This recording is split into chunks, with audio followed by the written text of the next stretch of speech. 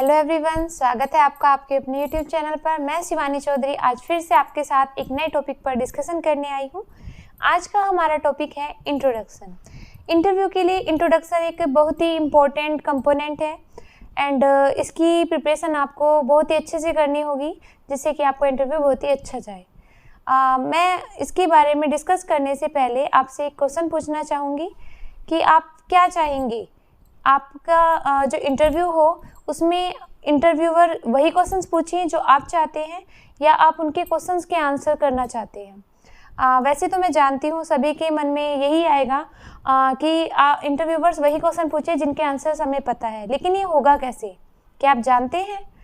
अगर आप ये जानना चाहते हैं तो इसके लिए हमारे साथ अंत तक बने रहे और वीडियो को पूरा देखें। इस वीडियो में आपको ऐसी टेक्निक्स और ट्रिक्स बताई जाएंगी जिसके थ्रू आप इंटरव्यूअर्स को अपने अकॉर्डिंग क्वेश्चंस पूछने के लिए मजबूर कर सकते हैं। तो जानने के लिए पूरी वीडियो को देखते रहें। जैसा कि मैंने बताया, इंट्रोडक्शन एक बहुत ही इम्पोर्टेंट कंपोनेंट है एक इंटरव्यू का। जैसे ही आप इंटरव्यू के लिए रूम में एंटर करेंगे, मैंने आपको लास्ट वीडियो में भी बताया था कि वहाँ पे आपको एक पैनल मिलेगा जिसमें 4 या 5 मेंबर्स होते हैं। तो वो सबसे पहले आपके अंदर क्या देखते हैं, उनको सिर्फ आपका बाहरी जो आउटफिट होता है, जो आपकी ड्रेसिंग सेंस होती है वही दिखती है। एंड उसके बाद जो सेकंड चीज़ होती है वो आपसे आपका इंट्रो पूछते हैं। तो इंट्रो को बहुत ही अच्छे से, बहुत ही ध्यान से आपको रेडी करना है। उसमें आप क्या इंक्लूड करें क्या नहीं, आज हम इसी के बारे में डिस्कशन करेंगे। तो इंटरव्यू के लिए जैसे ही आपने एंटर किया रूम में, वहाँ पे आपसे आपका इंट्रो पूछा गया, तो आप अपने बारे में सबसे पहले क्या बताएंगे? अपना नेम। हम सभी बताते हैं क्योंकि अगर हमें जो है इंटरव्यू देना है तो हमें अपने बारे में कुछ बेसिक डिटेल्स तो बतानी ही होती है। तो उसमें सबसे पहले हमारा नाम आता है, तो आप अपना नेम बताएंगे एंड देन आप जो है ये बताएंगे कि आप कहाँ से बिलोंग करते हैं। लेकिन ये ध्यान रखिएगा, अगर आपने ये बताया कि आप कहाँ से बिलोंग करते हैं तो आपको उस जगह के बारे में बेसिक जानकारी होनी चाहिए। जैसे कि आपने बोला आई बिलोंग टू दिल्ली, तो दिल्ली में क्या क्या फेमस जगह हैं, कौन से मोनूमेंट्स हैं, किसने बनाए हैं, ये बेसिक चीज़ें आपको पता होनी चाहिए। क्योंकि आप जहाँ रह रहे हैं, अगर आप वहाँ के बारे में बेसिक जानकारी, बेसिक नॉलेज नहीं रखते हैं, इट मीन्स आप अवेयर नहीं हैं। आप आसपास की जो जगह है या आसपास आपके आसपास जो भी हो रहा है, आप उन चीज़ों की तरफ ज़्यादा ध्यान नहीं देते हैं। एंड एक टीचर को अपना माइंड पूरी तरह से खुला रखना होता है। अगर आपका माइंड पूरी तरह से खुला है, आप हर चीज़ों पर ध्यान देते हैं, आसपास की हर चीज़ों पर ध्यान देते हैं, तो ये आपके लिए एक बहुत ही अच्छा एक प्लस पॉइंट होगा। क्योंकि टीचर को की जो प्रेजेंस ऑफ माइंड है वो हमेशा रहनी चाहिए और उसको आसपास की चीज़ों के बारे में प्रॉपर जानकारी होनी चाहिए। तो जैसा कि मैंने बताया कि फर्स्ट चीज़ जो आपको बतानी है वो अपना नेम, देन कहाँ से बिलोंग करते हैं उसके बारे में बेसिक जानकारी भी रखें। एंड इसके बाद हमारी क्वालिफ़िकेशन की बात आती है, क्योंकि हम टीचर बनने जा रहे हैं तो टीचर के लिए जो भी हमारी ज़रूरी क्वालिफ़िकेशन है वो तो हम बताएंगे ही, और वो हमने फॉर्म में फिलअप भी करी है। लेकिन इसके अलावा हमारे पास और ऐसा क्या है जो हमें एज ए टीचर और परफेक्ट बनाता है, या हम एज ए टीचर और ज़्यादा जो है इस प्रोफेशन के लिए सूट करते हैं, वो चीज़ें आपकी क्वालिफ़िकेशन से पता चलेगी। तो क्वालिफ़िकेशन में जो भी आपके पास हैं उसको उसमें मेंशन करना बिल्कुल ना भूलें। लेकिन ये भी ध्यान रखें कि अगर आप अपनी क्वालिफ़िकेशन में कुछ मेंशन कर रहे हैं तो आपको उसके बारे में सभी चीज़ें पता होनी चाहिए। जैसे कि आपके सब्जेक्ट्स, मैं एक एग्जांपल देती हूँ। मेरी एक फ्रेंड थी, उसका KVS का इंटरव्यू था, तो उसने उसमें बायोडाटा में मेंशन किया हुआ था कि वो BA इंग्लिश ऑनर्स परस्यू कर रही है। तो उससे उसी के रिगार्डिंग क्वेश्चन पूछ लिया गया कि आपके इसमें सब्जेक्ट्स कौन कौन से हैं। लेकिन क्योंकि वो इग्नू से परस्यू कर रही थी तो उसने उसमें सब्जेक्ट्स मेंशन जो है सब्जेक्ट्स उसको रिमेंबर नहीं थे। क्योंकि हम क्या करते हैं, हम तो एग्ज़ाम टाइम पर ही बुक्स ओपन करते हैं तभी हम जो है पढ़ते हैं। तो उसने वो एकदम से हेजिटेट हो गई एंड वो नहीं बता पाई और उसने कह दिया कि अभी एग्ज़ाम्स नहीं हुए हैं तो मैंने बुक्स देखी नहीं।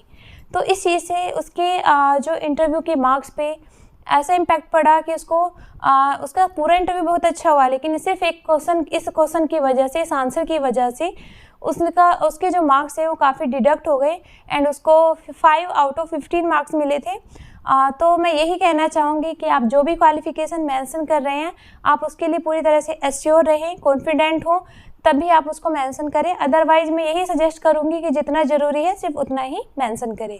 एंड बेसिक नॉलेज तो आपको रखनी ही चाहिए, क्योंकि आप इतनी सारी क्वालिफ़िकेशंस लेकर आए हैं, तो बेसिक नॉलेज तो आपको पता ही होनी चाहिए। तो अभी बात की मैंने क्वालिफ़िकेशन की, अब बात करते हैं एक्सपीरियंस की। एक टीचर के लिए अगर आप एक्सपीरियंसड हैं, इट मीन्स आपके स्किल्स में काफ़ी ज़्यादा इम्प्रूवमेंट होगा। एंड अगर आप एक्सपीरियंसड नहीं हैं, फ्रेशर हैं, तो आपकी स्किल्स इतनी अच्छी नहीं हो सकती है। तो आपको एक्सपीरियंस ज़रूर मेंशन करना है अगर आपके पास है, लेकिन ये ध्यान रखें कि फेक एक्सपीरियंस ना दिखाएं जब तक कि आप पूरी तरह से एश्योर ना हो कि आपसे अगर इसके रिगार्डिंग कोई क्वेश्चन पूछा जाए तो आप उसका आंसर अच्छे से ना कर पाए। क्योंकि बहुत से कैंडिडेट्स करते हैं, अपना फेक एक्सपीरियंस दिखा देते हैं, लेकिन वो जो वहाँ पे पैनल में बैठे हुए हैं वो हमसे कहीं ज़्यादा एक्सपीरियंसड हैं। वो हमारी बॉडी लैंग्वेज, हमारी टॉकिंग वे, इन सब चीज़ों से जान लेते हैं कि ये जो कैंडिडेट है ये कहीं पर टीच कर चुका है या नहीं। तो ऐसा मैं आपको बिल्कुल भी ऐसी सजेशन नहीं दूंगी कि आप फेक एक्सपीरियंस दिखाइए। अगर आपके पास है तो दिखाइए, उससे आपका अच्छा इंप्रेशन जाएगा उनके ऊपर। और अगर नहीं है तो भी कोई बात नहीं, आपको जितना पता है आप उतना जो है आपको पता है, जितनी आपके पास एक्सपीरियंस है या नहीं है, जो नॉलेज है, आप वही दिखाएं। जैसे कि मैं अपना एग्जांपल दूं, तो मैंने जैसे एज अ KVS में as a PRT contractual work किया हुआ है, तो मैंने एक्सपीरियंस दिखाया था। तो वो काफ़ी इम्प्रेस हुए थे एंड उन्होंने मुझसे इसके रिगार्डिंग जो भी क्वेश्चंस पूछे मैंने वो अच्छे से बता दिए। क्योंकि मैं KVS में वर्किंग थी, तो KVS में क्या चल रहा था, क्या चीज़ें थी, वो सब चीज़ें मुझे अच्छे से पता थी, तो मैंने वो सब अच्छे से उन्हें समझा दिया, बताया। तो उससे उन पर काफ़ी अच्छा इम्पैक्ट पड़ा। तो मैं आपको यही सजेस्ट करूँगी कि अगर एक्सपीरियंस है तो बिल्कुल दिखाइए, बट उसके लिए प्रिपेयर भी रहिए कि आपसे अगर इसके रिगार्डिंग कोई क्वेश्चन पूछा जाए तो आप आंसर कर सकें। तो अब बात करते हैं एक्सपीरियंस के बाद आपकी अचीवमेंट। आपको अपने इंट्रोडक्शन में अचीवमेंट भी ज़रूर इंक्लूड करनी है, क्योंकि अगर आपके पास कोई अचीवमेंट है, जैसे कि NCC का है, या फिर ऐसे ही कोई कंपटीशन में आप फर्स्ट प्राइज़ ला चुके हैं, या कुछ भी ऐसा है आपके पास, किसी चीज़ का सर्टिफिकेट है, वो आप अपने जो है बायोडाटा में भी ज़रूर दिखाइएगा।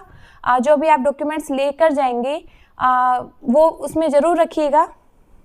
एंड इसके अलावा आपको उसके बारे में पता भी होना चाहिए, क्योंकि अगर आपसे कुछ भी उसके रिगार्डिंग पूछा जाता है तो आप अच्छे से आंसर कर सके। एग्जाम्पल के लिए जैसे कि आपके पास मैंने जैसे अभी एग्जाम्पल दिया था NCC का सर्टिफिकेट है, तो इसके रिगार्डिंग बेसिक नॉलेज आपके पास होनी चाहिए। अगर उन्होंने कुछ पूछ लिया और आप अटक गए, इट मीन्स उन्हें ये लगेगा कि तो आपने हो सकता है फेक बनवाया हो, या फिर ऐसे ही आपको मिल गया हो, आपको इसके बारे में कुछ भी नॉलेज नहीं है, या आपकी जो अचीवमेंट है ये जो है फेक है। तो ऐसा बिल्कुल भी सो ना करें। एंड अचीवमेंट के बाद अब हम बात करते हैं कि आप अपने इंट्रोडक्शन में और क्या इंक्लूड कर सकते हैं। वो है आपकी हॉबी। हॉबी हम सभी की होती है, कुछ ना कुछ हॉबी होती है जिसके लिए हम हर दिन टाइम निकाल लेते हैं, चाहे हमारे पास कितना ही बिजी शेड्यूल हो, फिर भी हम थोड़ा सा टाइम तो निकाल ही लेते हैं उसके लिए। और हर दिन भी ना निकाल पाएँ तो हम मैक्सिमम तो होता है कि हम उस चीज़ के लिए टाइम निकाल ही लेते हैं। तो आपको कि जो भी हॉबी है आप उसको उसमें ज़रूर मेंशन करें। एंड अगर उस हॉबी का आप टीचिंग में यूज कर सकते हैं तो उसके लिए भी क्वेश्चंस के अगर कोई क्वेश्चन आता है तो उसके लिए भी आप प्रिपेयर रहें कि आप किस तरीके से आंसर कर सकते हैं। और जैसे कि कुछ की हॉबी होती है क्रिकेट खेलना, बॉयज़ में होता है मोस्टली, क्रिकेट खेलना किसी की हॉबी है, तो उसको ऐसी कोई हॉबी अगर आपकी है तो मैं आपको यही सजेशन दूंगी कि आप उसके रिगार्डिंग बेसिक नॉलेज ज़रूर रखें। रिसेंट में क्या चल रहा है, किसने वर्ल्ड कप जीता, या इंडिया ने फर्स्ट टाइम कब वर्ल्ड कप जीता, ऐसी कुछ बेसिक नॉलेज ज़रूर अपने पास रखें। एंड अगर आपको ज़्यादा डीप नॉलेज नहीं भी है इसके बारे में तो भी कोई दिक्कत नहीं है, लेकिन बेसिक नॉलेज तो ज़रूर होनी चाहिए, क्योंकि अगर इस रिगार्डिंग आपसे कोई भी क्वेश्चन पूछा जाता है तो आप उसका आंसर अच्छे से कर सकें। तो मैं आपको यही कहना चाहूँगी कि इंटरव्यू में आपको अपना नेम, कहाँ से बिलोंग करते हैं, आपकी क्वालिफ़िकेशन क्या है, आपका एक्सपीरियंस क्या है, क्या अचीवमेंट है, क्या हॉबी है, ये सभी इंक्लूड करें। एंड कोशिश कीजिएगा कि आपका इंट्रो जो है वो ज़्यादा लंबा ना हो। आपको जो अपना इंट्रो रेडी करना है वो 2 से 3 मिनट्स का होना चाहिए, इससे ज़्यादा लेंथी नहीं होना चाहिए। एंड मोस्ट इम्पॉर्टेंट थिंग जो इस वीडियो में आपके लिए सबसे ज़्यादा ज़रूरी है वो है आपका जो इंट्रो है वो कैसे रेडी हो। जैसे मैंने स्टार्टिंग में ही बताया था कि आप कैसे इंटरव्यू देना चाहते हैं, इंटरव्यूवर्स के अकॉर्डिंग या अपने अकॉर्डिंग। अगर आप अपने अकॉर्डिंग इंटरव्यू देना चाहते हैं तो अपना इंट्रो इसी तरीके से रेडी कीजिए कि इंटरव्यूवर्स वही क्वेश्चन पूछे जिनके आंसर्स आपको पता है। जैसे कि मैंने अभी बताया हॉबी या अचीवमेंट, आपने अपने इंट्रो में इनको इंक्लूड किया, आप उसके रिगार्डिंग बेसिक क्वेश्चंस जो वो पूछ सकते हैं उनको आप पहले से रेडी करके रखें। एंड इंटरव्यूवर्स 99% वही क्वेश्चन पूछेगा जो आपके इंट्रो में आपने इंक्लूड किया है, उसी के रिगार्डिंग क्वेश्चन पूछेगा एंड आपको उसी का आंसर देना है। एंड उसका आंसर भी आप इस तरीके से दीजिएगा कि इंटरव्यूवर्स का नेक्स्ट क्वेश्चन भी ऐसा आए जिससे कि आप वो आंसर कर सकें जो आपको पता है। तो प्लीज़ मेरी आपसे यही आपको सजेशन है कि आप अपने इंटरव्यू में इंट्रो को इसी तरीके से रेडी करके रखें कि आप जो भी क्वेश्चंस आपसे पूछे जाए वो सभी आपके अकॉर्डिंग सेट हो। एंड इसके लिए आपको हर आंसर को बहुत ही सोच समझ के इसी तरीके से देना है जिससे कि इंटरव्यूवर्स मजबूर हो जाए वो क्वेश्चन पूछने के लिए जिसके आंसर आपको पता है। तो इसी तरीके से आप इंटरव्यू को अपने अकॉर्डिंग सेट कर सकते हैं। अगर आपको हमारी वीडियो पसंद आई हो तो वीडियो को लाइक कीजिएगा, चैनल को सब्सक्राइब कीजिएगा एंड हमारे चैनल पर इंटरव्यू प्रिपरेशन के रिगार्डिंग ऐसी और भी वीडियोज़ हैं उनको देखना ना भूलें और हमारे साथ जुड़े रहिए। Thank you.